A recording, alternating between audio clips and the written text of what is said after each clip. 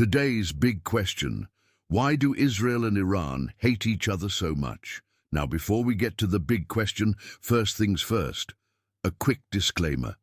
This is a very sensitive topic for a lot of people. So if you're one of those people and you find this video offensive or upsetting, then please feel free to click away now.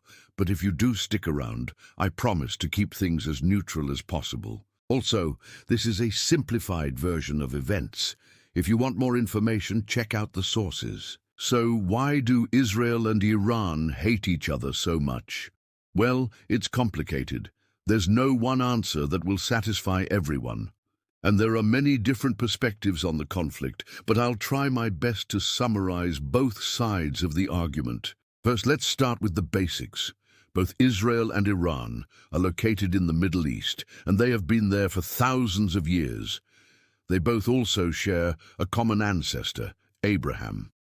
In fact, the land where modern-day Israel is located is known as the biblical heartland because it's where most of the important events in the Old Testament took place. So if they're both children of Abraham and they both lived there for thousands of years, then why do they hate each other?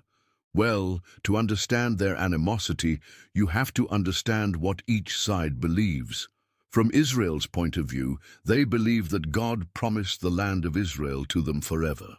They also believe that the establishment of the State of Israel in 1948 fulfilled an ancient prophecy. From Iran's perspective, they believe that the Zionist movement, which led to the creation of the State of Israel, was a Western plot to control the Middle East. They also believe that the land of Israel belongs to the Palestinians. So as you can see, both sides have legitimate claims to the land based on their interpretation of religious texts. But when it comes to religion, God and prophecy, well, that's kind of a one-way street. You can't really argue with it. The issue then becomes one of occupation. Who has the right to occupy the land? And this is where things get really complicated because both sides believe that they have a legitimate claim to the land based on their interpretation of religious texts. It's a bit of a stalemate. If you ask me, I'm just a random dude on the internet. It's not my place to say who's right and who's wrong.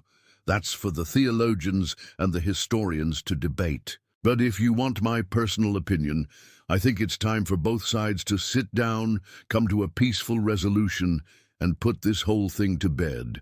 But unfortunately, it doesn't look like that's going to happen anytime soon. Why? Well, that's a video for another day. Thanks for watching.